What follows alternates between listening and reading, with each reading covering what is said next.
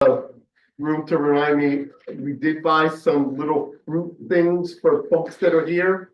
They're out in my car. I'm not gonna go get them right now, so maybe while somebody's making a presentation. Please. We have a volunteer. I'll go get. They're in the back of my car. Calder for the win. Thank God. That's Sorry, I'm helpless with text. Why, why? I'm awful at text, so I don't even try. Just low level. I don't even try. We're nervous, and we're not reading. Okay, It's very easy. so folks, Okay, we're gonna get started, please.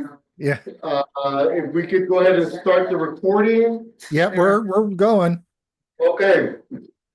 Good evening, everyone. Apologies to everyone online, everyone in the room. We did have some technical difficulties, but we have overcome them, we hope.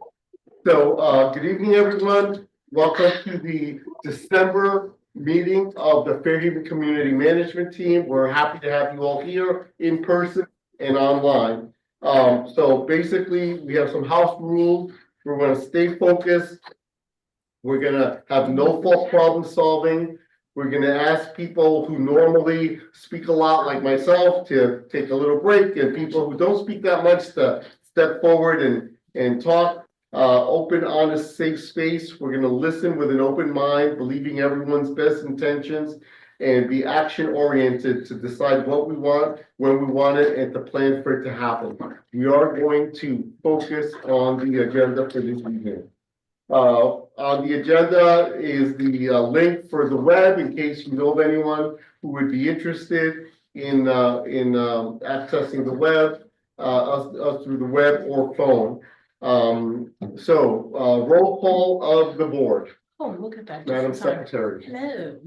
Okay, Lee, Present, Liz. Not present, right? not present. Okay. Gina, Present. Abby, Present. Adam, Present. and Christina. I'm here. Thank you, everybody. Yeah, everything. Thank you for getting that. Okay. So moving right along, we're gonna put up the chat. That's. It's at the bottom. Yep, yeah, but hold on one second. I am gonna have to focus on somebody. It's gonna have to be us so that when people talk, it doesn't like put Gina up and stuff. So we're gonna put up the chat. So we're gonna ask people to introduce themselves in the chat if they haven't done so. All you need to write is your name and your and what street you live on, and welcome to everyone. Introduce yourself in the chat. Have we established quorum, Mr. Vice Chair? We have indeed. Wonderful. Yay. Okay, with quorum established, I'm gonna ask for a motion to approve the minutes. I move. Avi has moved it. Can we have a second? I saw Dennis's hand go up. Dennis is second. We don't need to vote on it, right? All right. Is that Yeah, right? just if anyone has any problems, they have to bring it up, but otherwise it auto passes. Okay, excellent. So the minutes are passed. Then we're going to move on to the financial report. Gina, Yeah, good evening.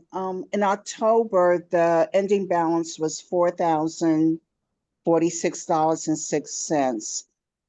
In November, there was one expenditure, and that was $200 donation, which the members approved for the Thanksgiving luncheon at the Atwater Senior Center, which reduced our balance to $3,846.06. And I'm going to caution you that our balance is getting lower and lower, and we're not receiving any donations or deposits. And that's it for me. so I would just say to that, Gina, that it is the end of the year. And as people think about donations, feel free to make a donation to the management team. It's not tax deductible, but it's not that much money. Please help the community. You obtain something, as Sarah and I did, like a nice color television that you don't need. We can always raffle that off and make money that way. All ideas are welcome for how we might raise money to keep, us basically donating to things like what we're gonna bring later on, which is the elder Thanksgiving dinner that happened,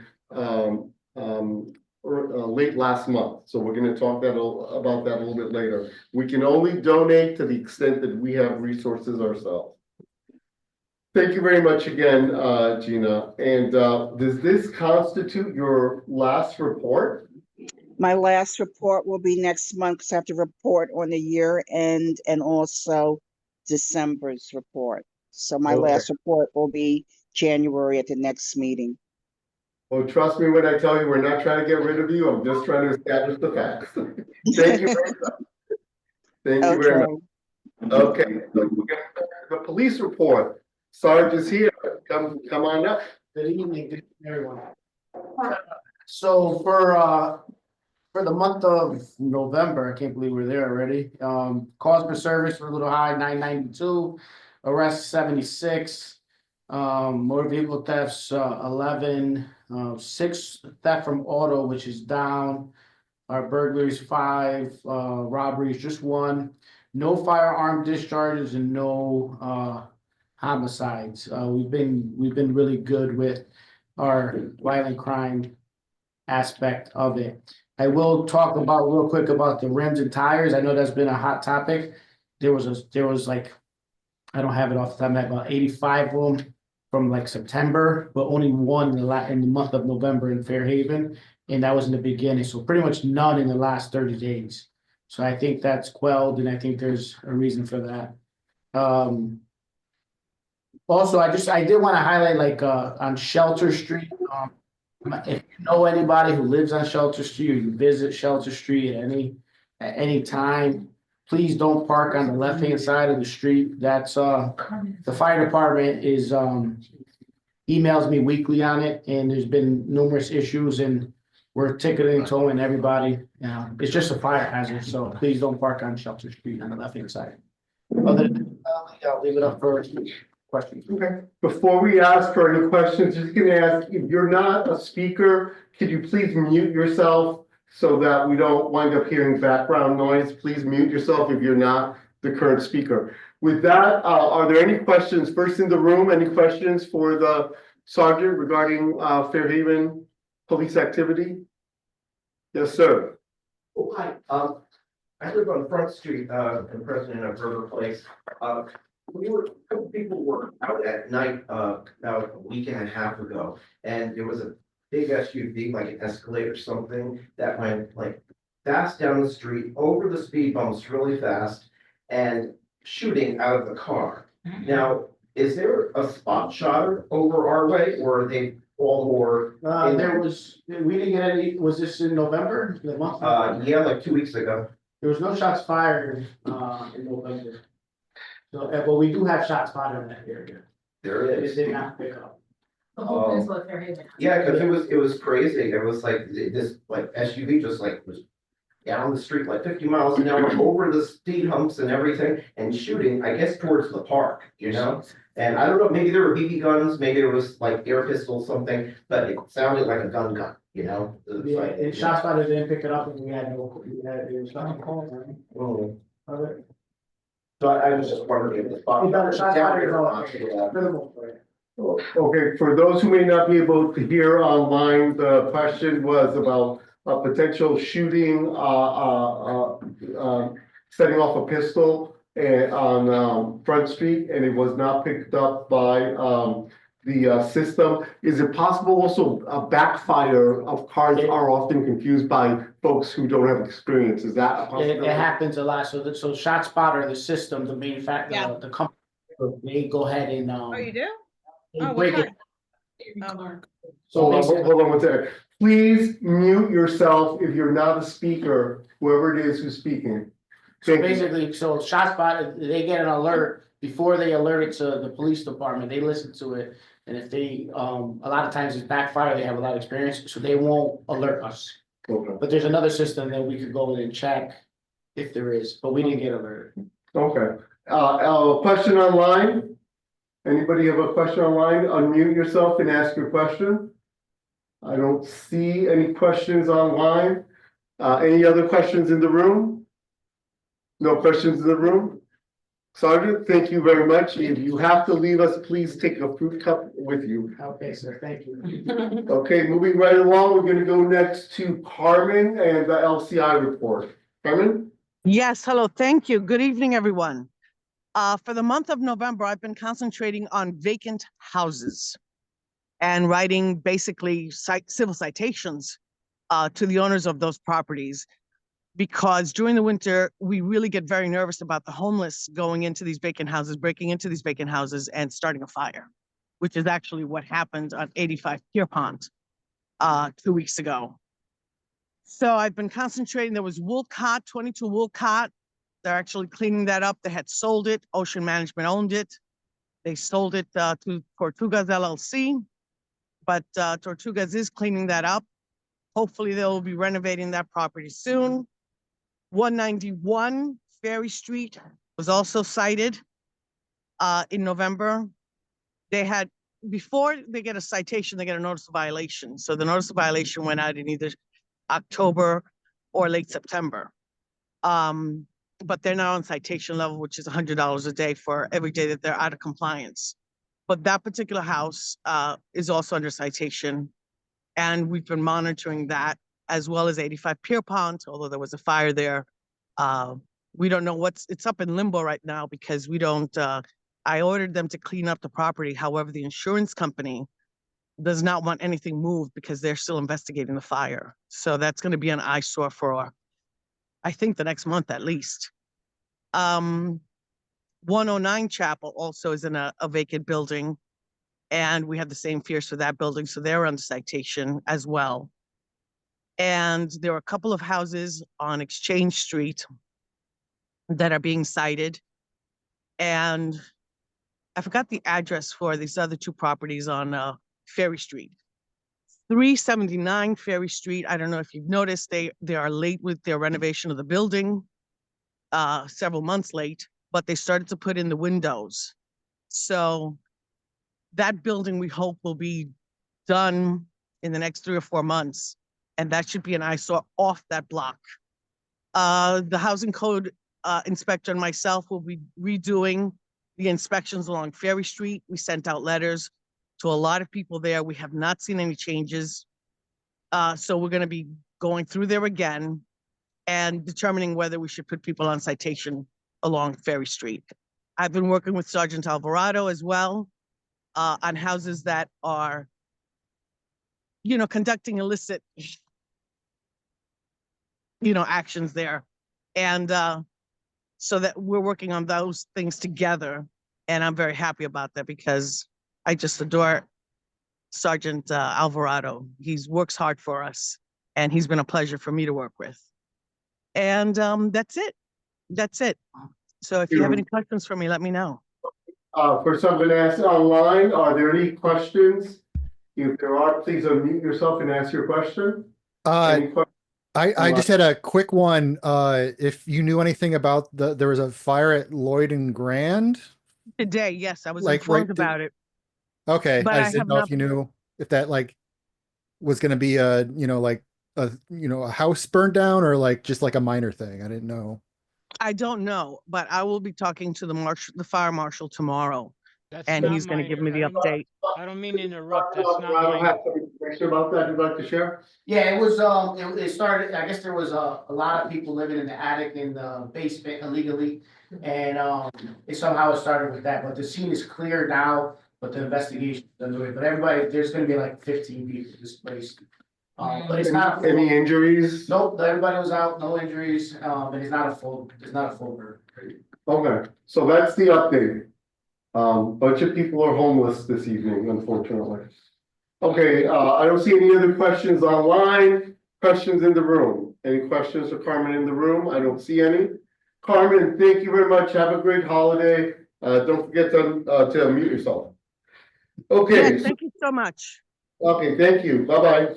Okay, so it is the end of a quarter, it is the end of a quarter, so it's time for our quarterly meeting by our Civilian Review Board member, Jaywan Carter. I did see him online. Jaywan, would you please unmute yourself, introduce yourself briefly, remind people what the civilian review is briefly, and then tell us anything there is to report.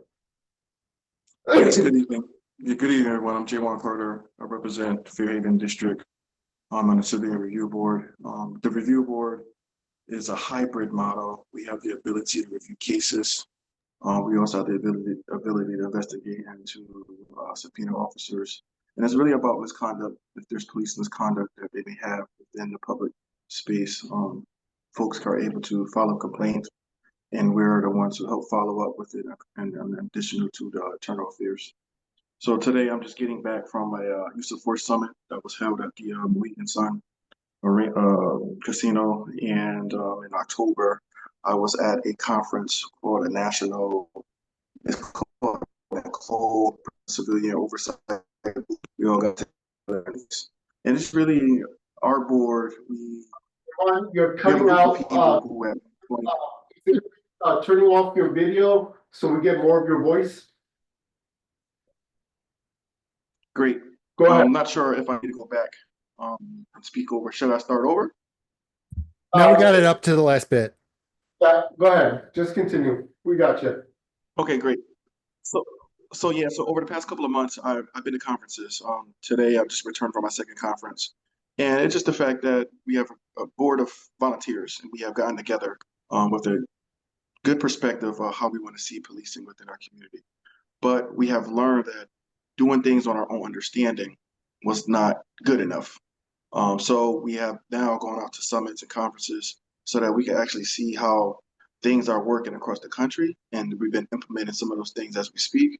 I know that in this month we're going to be having an election on leadership within our board. Cases within New Haven seems to be lower. The complaints seem to be lower, but it's also a correlation in regards to there's, folks are still not aware that there is a civilian review board. And then there's also the ability that some calls are, there's less call volume. That's also being something that's being looked at. But what I can say is that the direction we are going in is putting us in a position where we're going to be focused on making sure that the civilian review board is pretty much more visible within the community, and also more of a trusted entity, so that folks can understand that, hey, we are here, and there is a bit of a due process on the way you interact with the police department.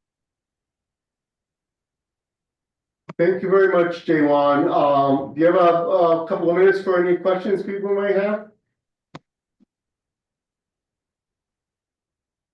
Oh, yeah, you do. Do you have a moment we can ask you some, if there are questions? Go ahead and unmute yourself, Jaywan. Yes. Okay, so any questions about the Civilian Review Board online?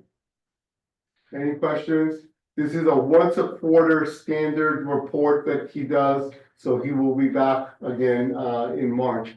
Any questions in the room? I don't see any questions either way. Jaywan, thank you and happy holidays. Stay with us as long as you can. Thank you so much. Now go ahead and mute yourself. Okay, here we go. We do have a placeholder, item number 7 on the agenda, economic development. There has been in the past a representative of economic development that comes to the meeting, but they lost 2 of their staff, so they don't have one right now, but we want to maintain that space. We do have one Alder in the room, Alder Miller. Perhaps you have something to share with us in terms of economic development? Yes, I can share, I could also do as part of my report, but it's an economic development project. There's gonna be a meeting on this. You might want to stand up or come closer. So this coming Monday, the 9th at 5 o'clock. There will be a meeting about the Mill River District Development Plan. It's one of the districts that includes, that part of Fairhaven is within that district. It includes River Street and where Martinez School is and where English Station is and down toward Worcester Square. And so we have some dollars from the state to do a planning process to look at how we improve like the pedestrian experience and also invest in more residential housing in that part of the city. So there will be a planning meeting on Monday to talk about that. It's gonna be at City Seed where I work at 162 James Street. So you are all invited. There will be good food and good conversation. And the focus of this meeting is on housing specifically, like housing strategy, but everybody's welcome to come and talk about it. Thank you for that. Any questions about that? Something happened. Oh, here's the flyer, and, can we get a copy of that flyer circulated when we send out the minutes? Is that possible? They sent it to me, absolutely. Okay, I have it on my list, so I can forward it. if you could forward it to Christine, Christina, thank you. I'm sorry, I was. That's okay. Christina. Okay, we're gonna move on from economic development to the section of the agenda. That's an outline of the priorities that we set and how we had grouped things together. So, this area, has to do with responsive government, economic development, and community development. And the first item on the agenda is Ms. Perezda, Riverfront Development. We're giving her, 5 minutes for presentation and then some Q&A on that. So Ms. Ferejda, she's gonna share her screen because she has a PowerPoint presentation she's gonna share with us. Can you make it bigger? Oh, Can you see it? yeah, we can see it, but you need to make it, I think, right? Does she make it big or? does Yeah, that- start slideshow. Yeah, Yeah, it's. No, she's saying that to you. Oh. Oh, I gotta move that little piece there. Yeah, there we go. Okay. Nice. There we go. Okay, you see it? Yeah. Yes, we see. This is, my name is Fereshte Bekra. My office is in 195 Front Street in Fairhaven, and I live on Quinnipiac Avenue. I'm an architect, urban designer, planner, and developer. And I've been working on a project that a lot of people here know for the last several years, that was creating village both sides of the Quinnipiac River and using the river as a mean of connection and as a mean of artery for this development. I will show you what we have done on. If you could speak just a little bit louder. Okay, Sorry. how do I? How do you go? Should just be able to click it. Yeah, if you click here. Okay, It'll go right to the next one. okay. This is the location of the village that you see both sides of the river. And this is the general phase 1, phase 2, which is finished. I will show you some pictures of the phase 1 and phase 2, and the phase 3 and 4, which is on the front street, is the project that I'm talking to you tonight about. And this is phase 1 and phase 2, which is Dragon Point and House Building and Pearl Point, which are on the Quinnipiac River side. And this is what the project is, as you see some of the picture of what we have created there on the river. And this is a complex that is going to reflect on the other side what I have for you on Front Street. Okay, so the bridge really and the river is the connection between these two phases of development. And I have to tell you that we have about 64,000 square feet of land that has a lot of contamination, and we have a lot of erosion, and we have as well as there's some contamination, and they have done the studies phase 1, phase 2, and part of the phase 3 that we have to clean up. And same thing on this, all in from 195 all the way to 213 Front Street.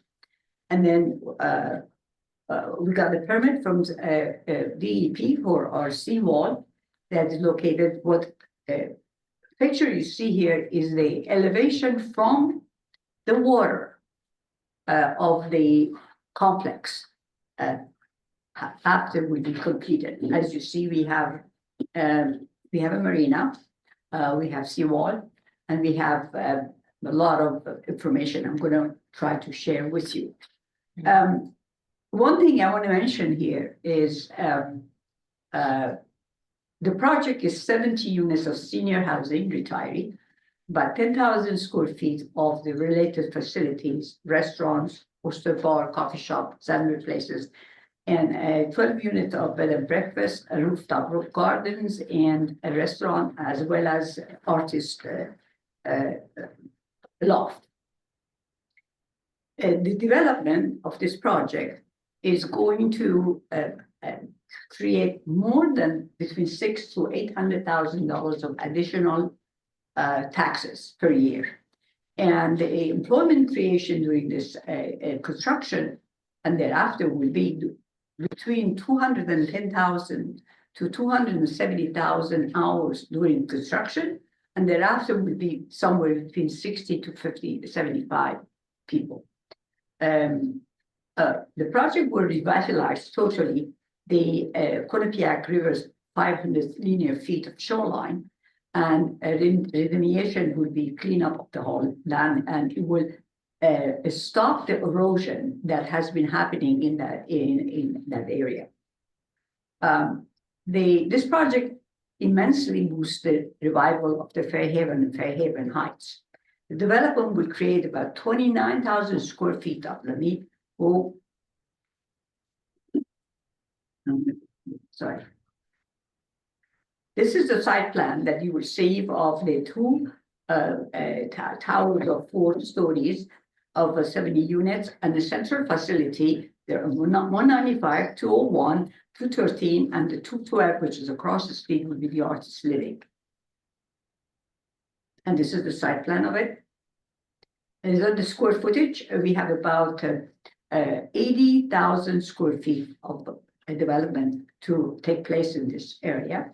And I should tell you that we have one of the most green projects in the whole city that's been built. We have about almost 30,000 square feet of green space. And these are available if you want to study further on it. And these are the calculation of different units, size, and not in different plots. And besides having housing, we have all, you see that interior and exterior elements that will add basically the vibrancy of this community. This is not a project. This is not a building. This is a community that is going to take the water, the shoreline, the Fairhaven, the bridge, and all the elements in the area, providing from sporting to movie theater to small clinic, exhibition galleries, and a lot of different services are being planned for this area. These are some plan of the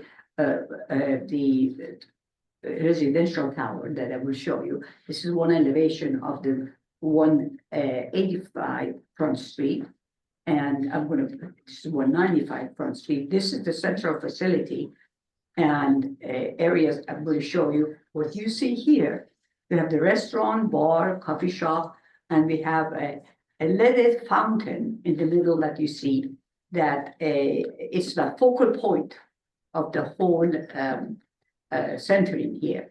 And everything is connected, as you see, to pedestrian walkway. DEP asked us to do beside pedestrian on the seawall, to do another pedestrian walkway to the front street. So what you see in the center is that pedestrian that is coming from Front Street and getting to a focal area, which is the kiosk, that people get the information, and from there they can either go to the residential or they can go to the commercial part. And then we have sports facilities, we have amphitheaters, we have at the top of the building, we have gardens in both of the building. We have even a skywalk, which is, as you see in corner here, which is we're using the second mean of egress as a skyline for people to come and look at the water. As I said, we have the permit for the seawall and the loading dock, and for transient boating. And we're providing also other floating elements that will provide water-related, marine-related facilities that could be used. Start to wrap up. Okay, so let me quickly go through this one. This is the restaurant on the top floor, because we have a moonlight restaurant and then, this is one of the elevation of the central facilities, another elevation of central facility, and this is the project. Okay, so if you could, while you're, go ahead and turn off your presentation, maybe Christina could help with that. Okay, but first thing I want to tell you is, for those of you that don't know, Ms. Ferreja is not just a developer, she is a resident and has been a resident of our communities for how long, Ms. Ferreja? 2006. Since 2006, so she knows the community. I've known her for a number of years. Did you have some people that wanted to speak on behalf of your I have project? here with me, I'm sorry, I have our engineer. Okay, so if anyone has a Anybody have any question, question on that? I have the attorney. the attorney and the engineer are here. But was there someone who was from the community that was going to speak in support of the project? Or? Well, I have talked to, I think Frank was supposed to. Yeah. Okay. And Alder Miller, did you want to say something about the project? Sure, I'd just say, I've worked with Brett for many, many years. We've had a lot of conversation about this project. It's obviously very, very ambitious. I think even if half of what you planned comes to fruition, we will all benefit from it in many, many ways. So I just thank you for investing in the community, and I think we should do everything we can to support it. Right. And you are requesting a letter of support from the yes, management. I team. am, because due to the fact that element that I mentioned that is going to bring to the community, is going to stop that erosion, contamination, is going to create a seawall, is going to provide an area where the public can come and become more and more involved with the water. And either through the walkway or through, I mean, there are a lot of details on this thing that I cannot give you in 5 minutes. Maybe when you will give me a time, I will have a presentation in my office to go through the whole thing to show you why, because this will be the last project that I'm going to take to make it. So. Gonna go out with a bang. Question right here, and then a question about. Yeah, so as a fairly new Fairhaven resident, this is really exciting. And I'm curious, did you have anything to do with the Oyster Cove condominiums? Like, have you, and it sounds like you did a lot across the river. And then I guess my second question is there a timeline that you have kind of mapped out for this? Yeah, yes, I had a lot to do with Oyster Cove. And in fact, we have an agreement that part of the seawall that they built, that I gave them the land, and they were able to restore what was causing problem for them, erosion. And they did that, and now I have to put the rest of my seawall on that corner and continue. And they are contributing some money toward it too.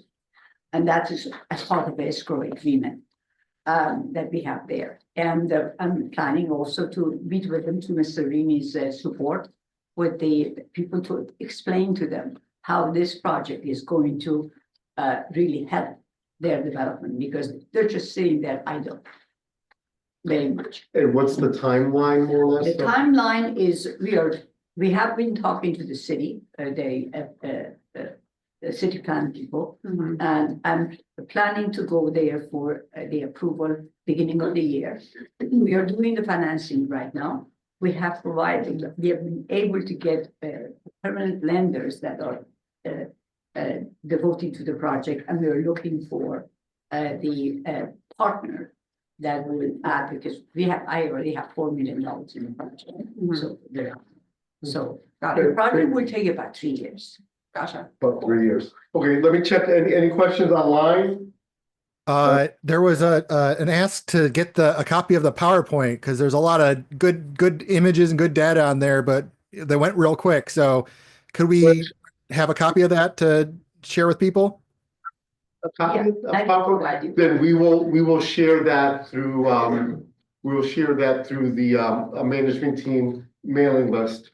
And then one other one for you. You mentioned it's going to be senior housing. Is it subsidized senior housing or not? It's not subsidized, but we do have affordable housing as part of the 70 unit, and also in the artist lot there will be also Both. as well, because the area has a lot of artists. When I bought 185, 195, the whole building was full of artists. And I still have some of their works. And they always wanted to come back. And I'm hoping this will give them the opportunity to come back. So the answer is yes, there's gonna be affordable housing and it's gonna be in the elderly section and there's also in the artist section. Question in the back first, I saw that one first and then, Okay, two questions. Current zoning, what do you have as of right to build? And how much you have to get approved for this project? Okay. And the second question is parking and traffic. How much parking will you have on site and will you have a traffic study? Because Yeah. that is a very small street there and there's no parking on that. okay, street. we So I got just the wanted to question. find out what Yeah, we got the parking question. and traffic too, okay? Okay, Thank yeah. There is going to be working on traffic studies on the project. And I will have to tell you that I forgot, what was the first one? You had something about Oh, right. So by right. the wide right, you know, all the land on the riverside is commercial. And the land across the street was part of the original PDU of Oyster Cove.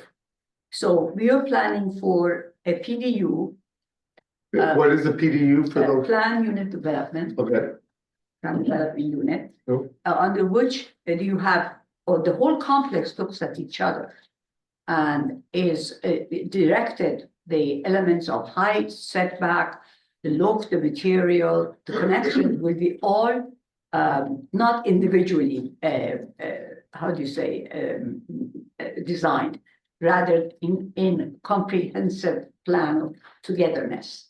So that it will be a PDU, and parking, the site is very tight and very low. And we are requesting some relief for parking because we have seniors and we have the marina and we have the bus, and then, you know, we are also planning a shuttle bus to be able to get people in and out, especially. And the other question you had about. so but that's it, those are the questions. Yeah, and the traffic study, but you mentioned. Okay, no, we're not gonna have a discussion about this. If you have further questions, you can ask. There's gonna be a traffic study, we can get into details. We cannot go into all these projects in depth in our meetings. Ms. Ferregia has offered before that her email will be available in addition to the PowerPoint. You can reach out to her directly and arrange for a meeting to talk about this project in depth. Joyce, did you have a question that Yes, wasn't I addressed? did. I happen to know that that area has very old sewers. And they are combined sewers. And they are not very far down and the water table is high. And every time you have a heavy rain, there are overflows. And so adding a huge complex, I am just wondering if that has been how that is going to be handled, because that is a very, very big problem. And I also know people who live on that street who during big storms have flooded. So I just. So let's give her yeah. a chance to address that. Okay, well, for flooding purpose, we have to go on elevation 14 for living. Otherwise, we cannot because it's not allowed. And by doing that, we are creating a space between the natural land and the boardwalk. We have a big boardwalk in the whole area that connect, and my engineer is here, and he's very proud of what he is doing for the sewer connection. I will let him to You could very briefly address that issue. Yes, Richard Fontaine here with Richard Civil Engineering.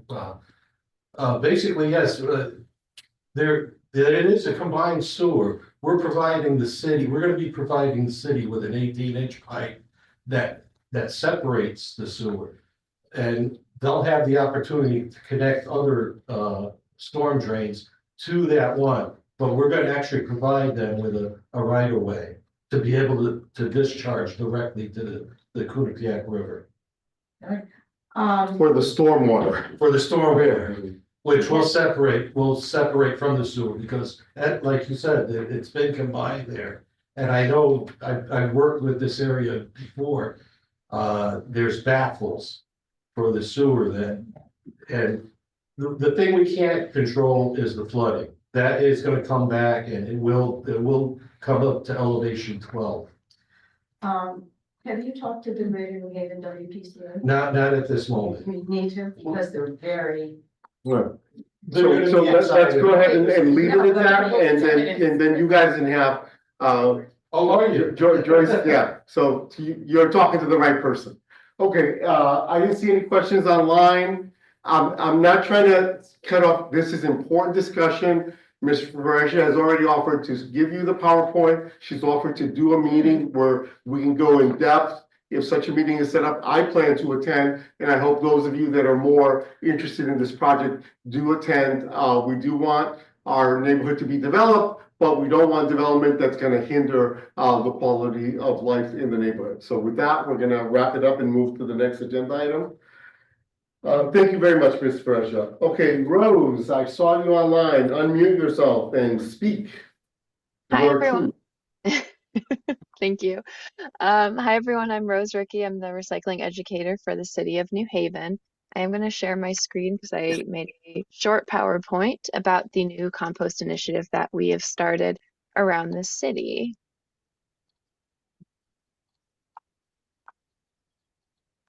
Start that. If you take that full screen, that'd be great. Can everyone see it? Yep, perfect. Great. So, we are starting or have started a 2-year pilot program through the USDA's Composting and Food Waste Reduction Pilot Program. So back in 2023, New Haven applied for and received a grant from the USDA for a program that will focus on minimizing the impact of wasted food. With support from a whole bunch of partners that are listed here. We are aiming to reduce food waste, food insecurity, and foster a culture of food scrap diversion. That's based on the EPA's wasted food scale, which I will pull up now. So the pilot program is a multifaceted approach. It gives support to our food rescue organization, Haven's Harvest, which I'm sure many of you have heard of. It's a great organization. And we also funded Big Belly Smart Compost drop-off receptacles, which is what I'm here to talk about today. And also, we are working with CET to provide technical assistance to businesses and schools. So why are we doing this? For our community, for our environment, and for the economy. I'm going to send out this PowerPoint that has more of a description of all of these things in order to keep us on time. So here's how it works. I don't know if anyone has noticed these around town, but we have the Big Belly compost bin installed right on Grand Ave between the library and Fairhaven School. The bins are usable by anybody who has a smartphone, and you unlock the bin via the Smart Compost app. So that way we don't have anyone just going by and throwing random contamination in there. You have to be kind of mindful about what you're putting into the bin. And that's what the Smart Compost app looks like. I'll also send out a link on how to download that. Or you can scan the QR code here. So a brief overview of what can and cannot go in these compost bins. It can take a lot, and I think it's super cool. So all types of food scraps, that means fruit, vegetable, meat, cooked or uncooked, fish, bones, prepared foods like your pizza crusts. It can take food soiled paper, so napkins, paper tea bags, coffee grounds, filters, a lot of other things, as well as some indoor plants, herbs, and pesticide-free flowers. So just be mindful about that. Some things that we don't want to put in there are all that are listed here. In addition, we don't want twist ties or pet waste or rubber bands, no waxy cardboard or plastics. Any plastics should be recycled, cardboard should be recycled, pizza boxes, things like that. This is where to find it. There's also 2 others that are around the city, and we have 1 more that has not been placed yet. So once that is placed, we'll definitely send out some information about where to find it. But I figured as the Fairhaven group, this would be the most convenient location. And with that, does anyone have any questions? Well, there are some questions in the chat. You might want to take a look at those, start addressing those, and I'll ask people in the room if they have questions. Go ahead and address the ones in the chat. Absolutely. So the concern about rodents or pests is not something we actually need to worry about. These are completely contained, and they are rodent and pest resistant as well as corrosion resistant. So they can outlast a lot of the weather, like inclement weather and things like that. And how much for the compost bin? I'm not sure what you're asking. I'm guessing how much compost can you put into the bin is my guess. Got it. Okay. So it is a 65-gallon bin, and so when it gets full, we have software. It's smart composting. So there's a software that detects it by weight, and so when it gets to about 80% full, we get notified, and we notify the hauler, which is Blue Earth Composting. And they will come and empty the compost bin. So that way there's no concern about overflow or anything like that. And yes, they are up year round. It is a 2-year pilot program, so we're testing out to see if this is something that people are using and if it's a good way for us to divert food waste. And Rose, in a previous meeting, you mentioned something I think it's worth mentioning here, that there's stuff you can put in here that you can't put at your compost at home because of the fact that this company processes at such a scale that things like maybe bones and other things you wouldn't put in your home compost are okay to put in here. Am I explaining that correctly? Yes, yeah. So with your at-home compost, usually you wouldn't put bones or dairy or meats in there because they can take a while to break down and they can attract pests and things like that. But because these are, rodent resistant and they are going to a commercial processing facility, it can take all of that stuff. So it can really handle a lot of your food scraps. Pretty much anything that's edible can go in these bins. Right. Questions in the room? I don't see any. Questions online? There's another in the chat from Sophia just about how are we gonna let people know that this is how you use the bin and it's there and all that kind of stuff. Yeah, absolutely. So on each of the bins is a QR code, and there's a website that it links to that has all of the information about the program. However, my goal is to keep going to community management team meetings. I've been chatting with Kirk at the library to try to give him to either have an event or pass along some flyers so that people are aware of it. I've also teamed up with Junta, so I'm going to be going over there in a couple of weeks to do a discussion with their group and to give them flyers as well.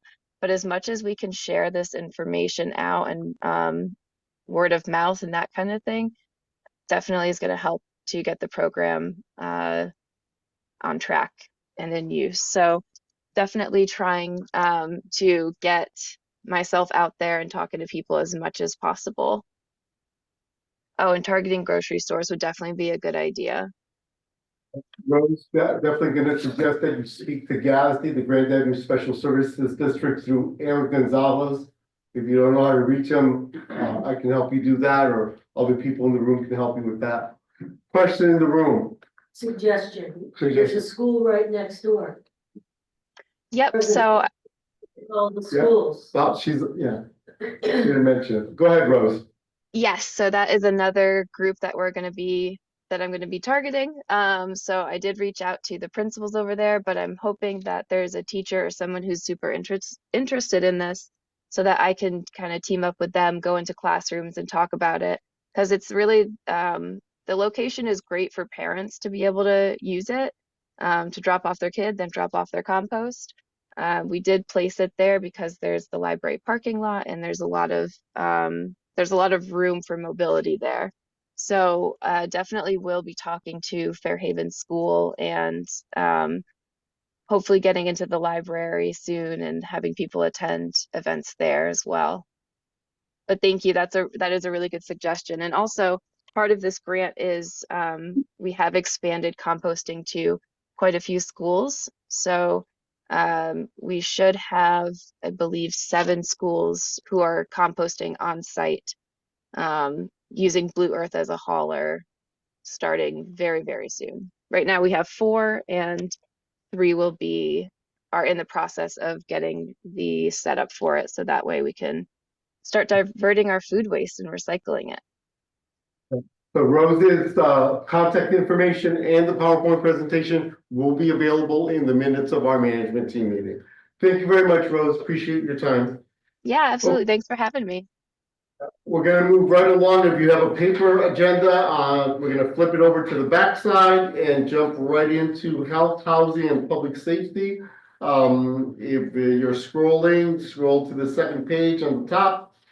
And the presentation coming up now is the Mary Wade Home Community Investment Fund. 5 minutes.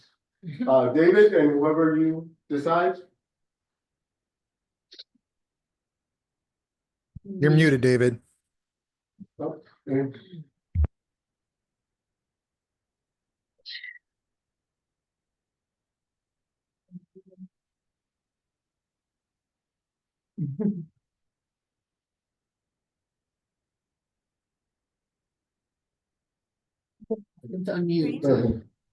Yeah, it's a Zoom setting. Do you have a little bar at the bottom, all the way to the left? It says audio. Adam, is there a way that you can Can look you at his unmute? screen and the top 3 buttons you click and ask him to unmute? Oh yeah, I can ask to unmute. Maybe that'll give you a pop-up. So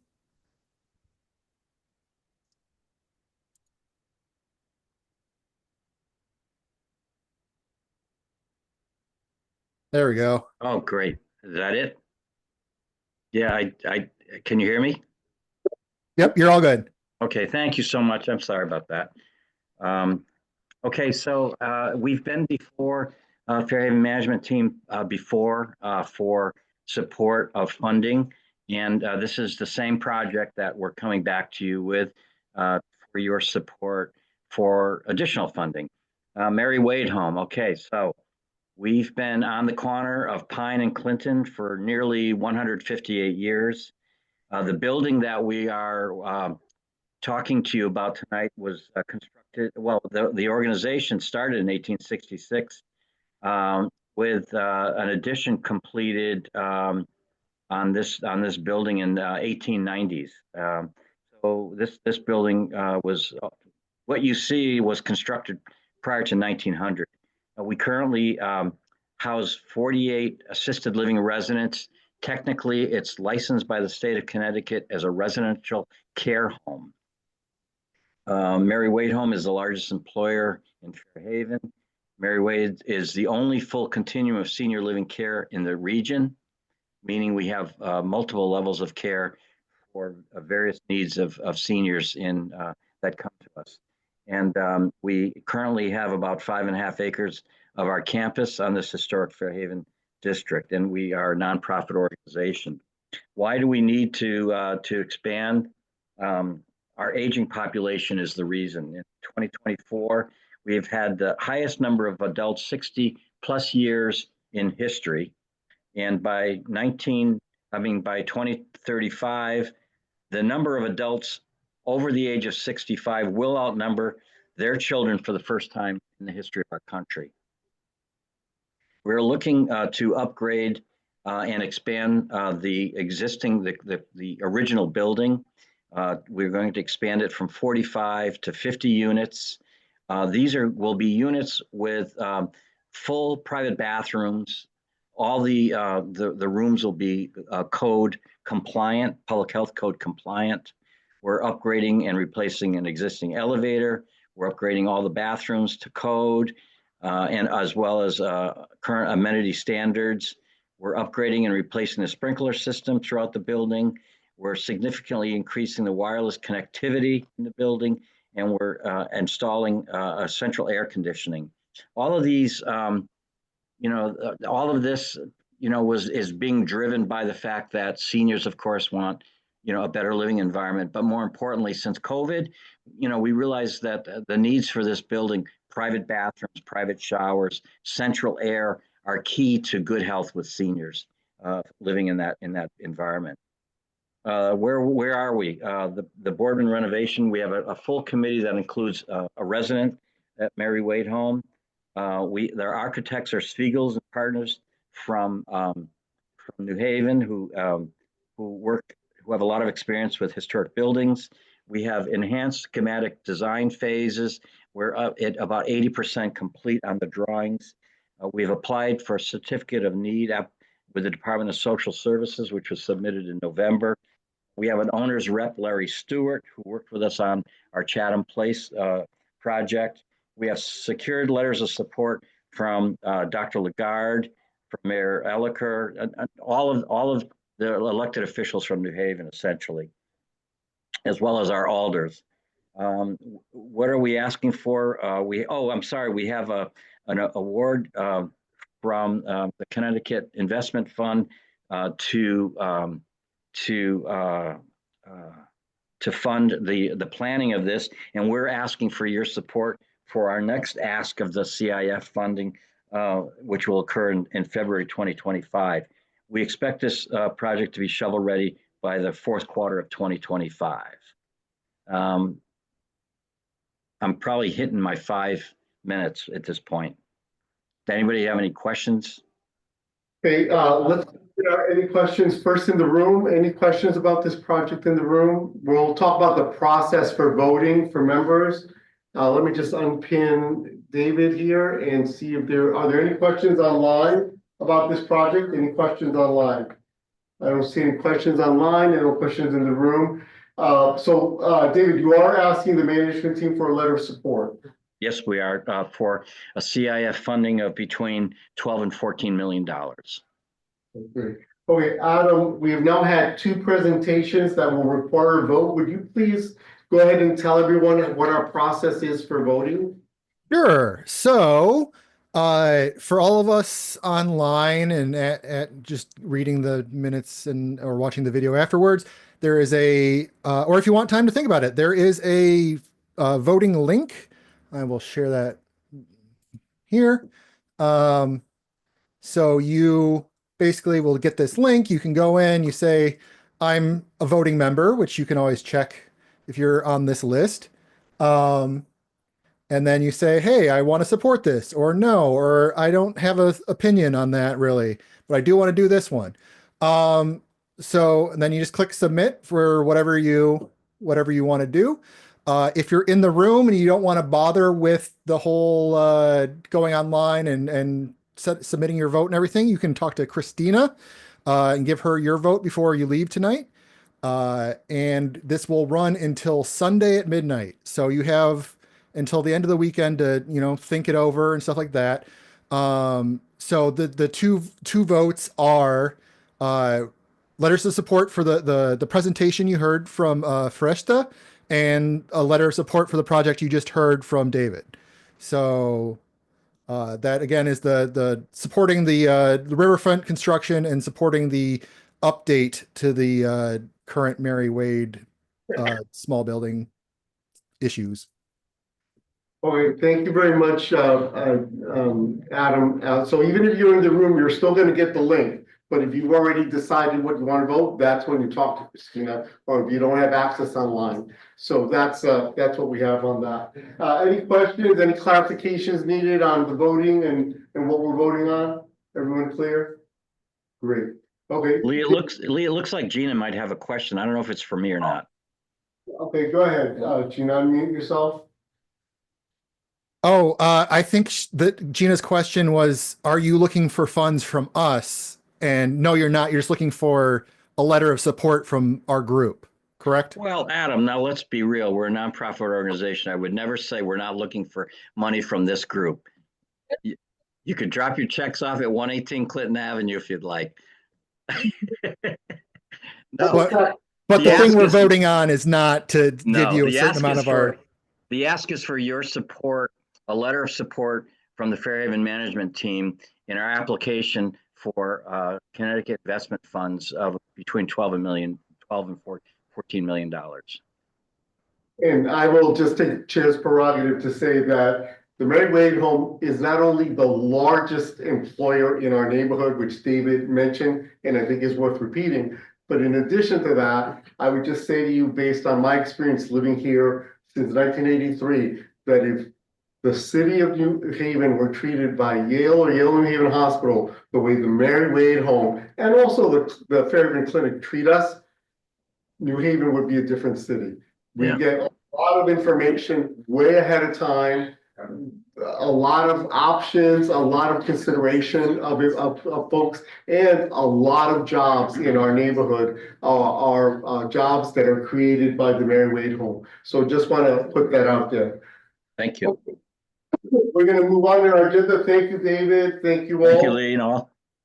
Okay, so now we're gonna move to art, culture, and library, and we have Kirk online, even though he's in the library. So we're gonna, whoops, I don't know why I moved that guy, and here we go. Kirk? Yes, hello, everyone. Want to talk about a couple of upcoming programs that we're promoting and are pretty excited about. Next week, for kids, I guess you could say kids of all ages, but specifically for kids, we are having our Dino Days, our Dinosaur Days.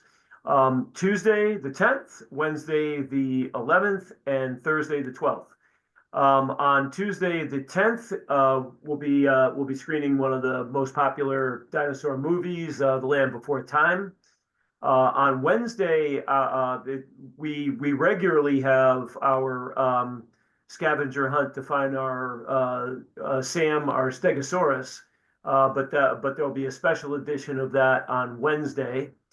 And then on Thursday, in the place of our normal craft time, we will be making dinosaur puppets. So for all the kids and families that you know that are interested in dinosaurs, have them come in after school. Those will all be in like the 3-4 o'clock period of time to take part in that.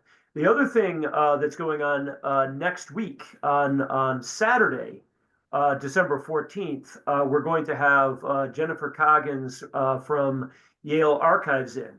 She had come in earlier this year, and she had a popular program, and so we're having her back. In the age of Ancestry.com and 23andMe and all that, Jennifer will be talking about how to preserve your family records and all the strategies to keep those preserved for future generations. So that will be taking place Saturday, December 14th at 11 a.m. Hope you guys will be able to attend and help spread the word. Also, while I have everyone here today, just wanted put in a reminder that we have a call in for volunteers for VITA. Those folks are the voluntary income tax folks who we had here for the first time this past winter and hope to have it again, but it's run by volunteers. So if you are interested in, or if you know anyone who's interested, please let me know, and we'll pass your info along to Nick, who was here last month. Because as I'm sure you know, to be able to prepare taxes, you need their training. So we need to identify and get those folks ready so that we will be able to provide the free tax preparation here coming this winter. Like I say, let me know here at the library if you know anyone who's interested, and we'll get you signed up. For folks who would be the coordinator, there is a stipend available. So there is a chance of at least some remuneration, shall we say, if you take part. We are also particularly looking for volunteers who speak Spanish for this program, as I'm sure many of you know, folks who would like to get their taxes prepared may primarily speak Spanish. So let me know if you're interested, and I hope to see you at the Family Archives and the Dino Days next week. Thanks. Thank you, Kirk. Any questions in the room about anything that Kirk has shared with us? I don't see any questions in the room. Any questions online? I don't see any questions online. Okay, so what's left of the meeting is a few quick announcements and the alders report, and we only have one alder, so that'll be quick. And Caroline Smith said some notes. Okay, great. So we'll do that as well. And then right after that, we do have some nicely prepared fruit over there for everybody. Okay, so let's go into the announcements. First thing, in between meetings, we did have a request that came in from Clean Transportation Communities of Southern Connecticut. Jeremy, for those of you that were at last month's meeting, he presented, but the request hadn't come in. So Abby, as our correspondence secretary, if you could tell us about that? Sure. So those of you who were here last month, you heard Jeremy. He actually presented as an announcement, not as a regularly scheduled agenda item, because the request was very last minute. But basically, he was the program manager for Clean Transportation Communities of Southern CT. They serve New Haven, Middlesex, and New London counties. They are hiring a community engagement liaison to engage with underserved communities to liaise about electric vehicles and other clean transportation methods. So they were applying for funding to sponsor that kind of position to promote those kinds of methods of transportation in New Haven County, among others. And they're focusing on outreach and receiving feedback about mobility and equity, other things that directly impact Fairhaven. And so the board has decided, we have included in our bylaws and in our policies, that if there's a last minute kind of very quick turnaround need and there's not time for between the meetings to take a vote of the full group, the board will send a letter on behalf of only the board, not on behalf of the full group. So we unanimously agreed to write a letter of support just as the Fairhaven board, and I've sent that to Jeremy Schulich. So yeah, let us know if you have any comments, but it seemed like a very obvious thing that we should support. So. Okay, thank you very much for that announcement. Second announcement, Joyce. Yes, I'm seeking signatures of support. I've been working with some of the residents over a period of time. And Frank Redente has been helping, but he said, if you get more people interested and get more signatures, and we could send this to Al Palillo, we might have a better positive outcome. So and what is the request? I'm going to read the letter because it's 3 minutes and it explains it. We are requesting a new fence for the area under the Middletown Avenue I-91 bridge near the corner of Front in Middletown, as well as cameras to be installed at that location. For years, some of us residents have spent many hours picking up trash on the street from the corner of Lombard to Middletown, including Dover Beach Park. We have picked up nasty garbage such as fish guts, oil, diapers, needles, and rotting food. Also, the space under the bridge is a continual dumping ground for furniture, tires, building materials, and the like. In addition, we work with Chris Ozick from URI, who has provided plants, mulch, and at times student volunteers. Our projects include the butterfly garden at Dover Beach, also at the corner of Front and Middletown Avenue, replacing weeds and trash with native plants and a welcome sign.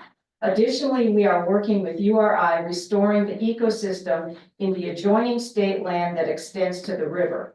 In the past year, that state land has repeatedly become a homeless encampment. Plants are trampled, tents erected, fires set, and large amounts of trash generated. Those people also urinate and defecate there. It took many months to finally remove some of them, but within a short time, other squatters moved in.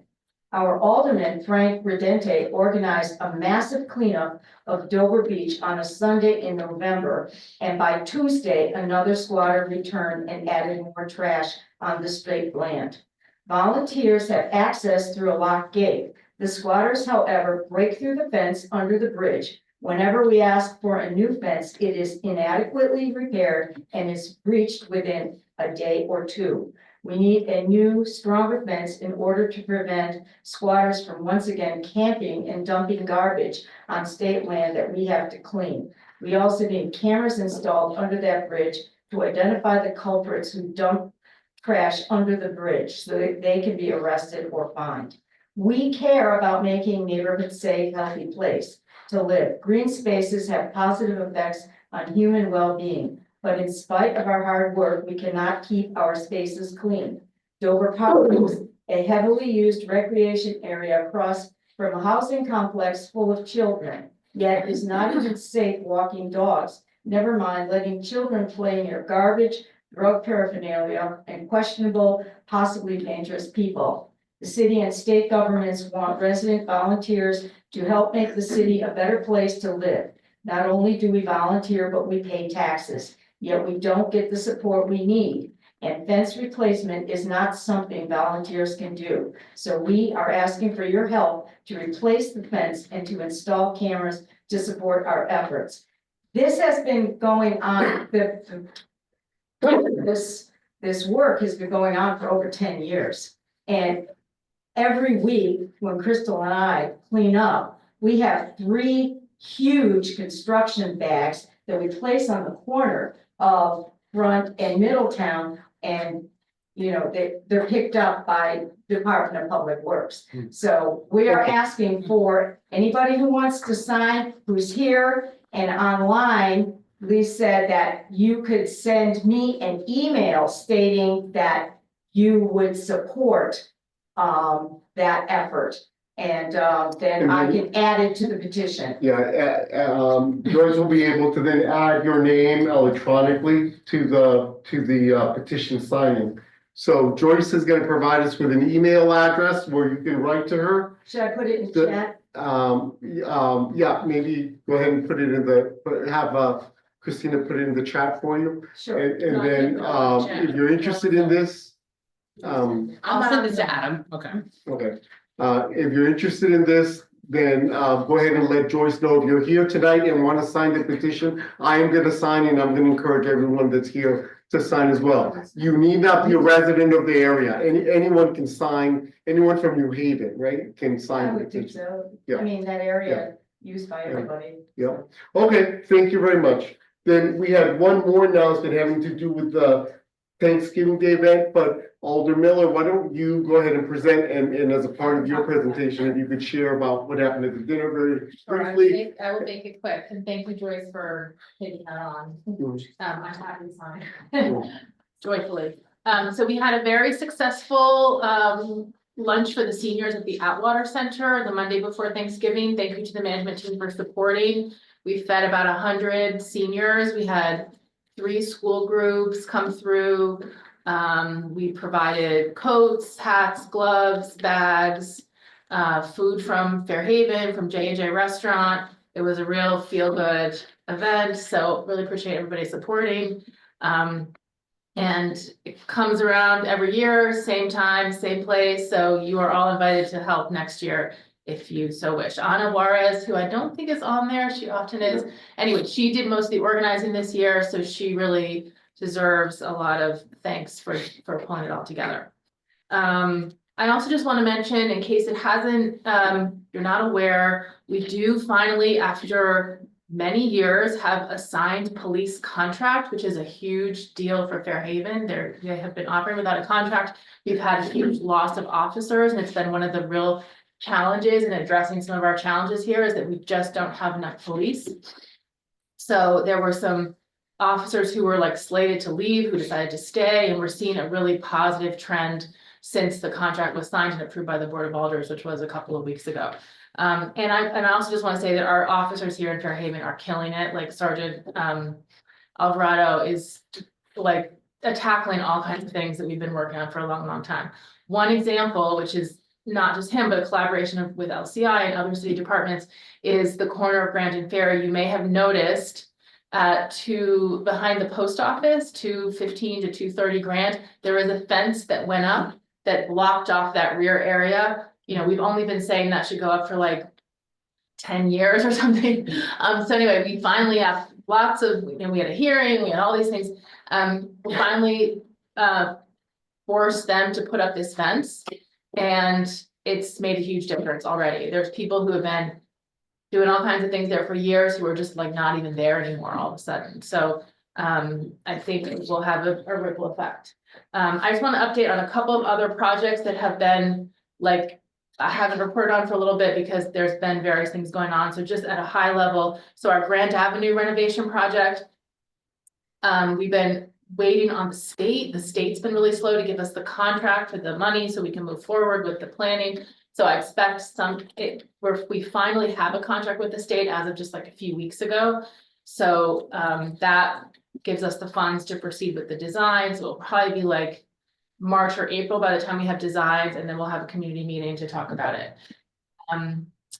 Quinnipiac River Park, we've been a little bit stalled because we've had no parks director for some time. So the city just hired a new parks director. He's already been out to Quinnipiac River Park, and it's like one of the first projects that he's going to be working on. So within the next, I would say, couple of months, we should be able to have the next step on that, which will be probably like a preliminary design for us to look at. On the Strong School, we are proceeding. The playground was sold, so you'll see the playground start to disappear. And there have been, because of changes in the cost of materials and other things, the budget went up a little bit. And in order to account for that, we are putting in for a community investment fund. Dave mentioned the community investment fund, Mr. Hunter.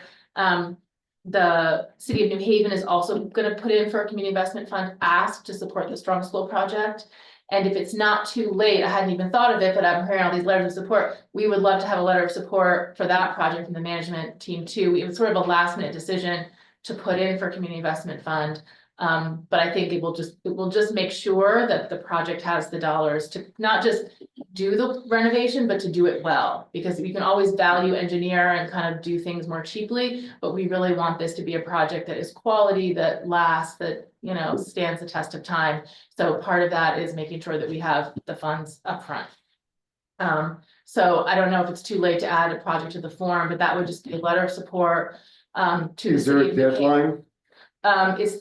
It's due at the Friday next week, so if you could, you know. The executive, make the request to the executive, we'll discuss it and we'll do. Okay, I can't make it to the board tonight. Well, we can't add it. Okay, so that's fine. Just email us. Okay, I will email you.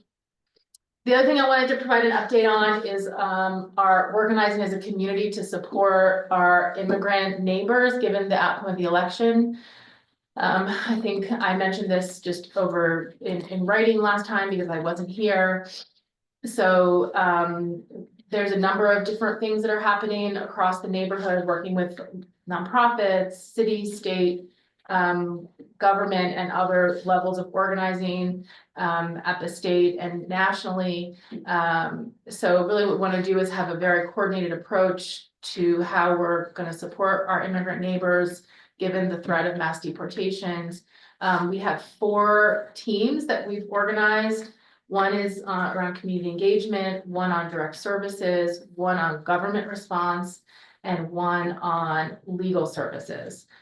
So we have representation from city government, nonprofits, community leaders who are on all of those teams that were put together at a broad community convening that happened a few weekends ago. We're not going to sort of shout from the rooftops all the elements of the plan that's being developed, because we want the work to happen, but we don't necessarily want the plans to be public and known so that then they can be undermined. But if anybody's interested in being involved in developing the plans or volunteering in some of the projects that will come out of this work, I can plug you in, to those efforts. Good. Okay, Thank you very much for that. And we have one final report from Alder Carolyn Smith that Abby will deliver. Thank you. did she send you a link at all, or it's through your phone? It's just easier sometimes. Caroline? Yeah, She sent me an email. okay. Oh, yeah, she sent an email to me and the rest of the alders. Oh, the oldest, got it. So Caroline Smith, has sent just 2 announcements. She's the alder for Ward 8. She has sent announcements that there is a New Haven t-shirt design competition. She is hosting this. So this is to encourage neighbors to design a great New Haven City t-shirt, showing community pride. So basically she has shared the ways to enter the contest, which we can send in the email e-blast that goes out after this. And I'll put the information in the chat up there as well. And then she has also plugged the Mill River Imagine Next meeting that Alder Miller also notified us about. So yeah, December 9th, Monday at 5 o'clock at City Seat. So that is all from Alder Smith. I'll just note, Joyce, that Adam has said that he wants to sign your petition, so Okay. you can reach out to him. Okay, so with that, I believe we are done with the meeting. May I have a motion to conclude the meeting this evening? Someone needs to move that, please? The motion. Who? I'll make it, Dennis. Dennis, second? Okay, we have a second. We don't have to even vote. We assume that everyone is in agreement. Thank you very much to those of you who are online. We'll be back again the first Thursday after the new year. Happy holidays to everyone. Goodbye to everyone online, everyone in the room. Fruit, covered, delicious, local. Eat it, it's good for you. And everything you don't eat, I'm gonna have to eat. So, okay, good night, everybody. And don't forget to sign or vote. Don't forget to vote. Yeah. Yes, don't forget to vote. All right. Have a good evening, everyone. However, she can.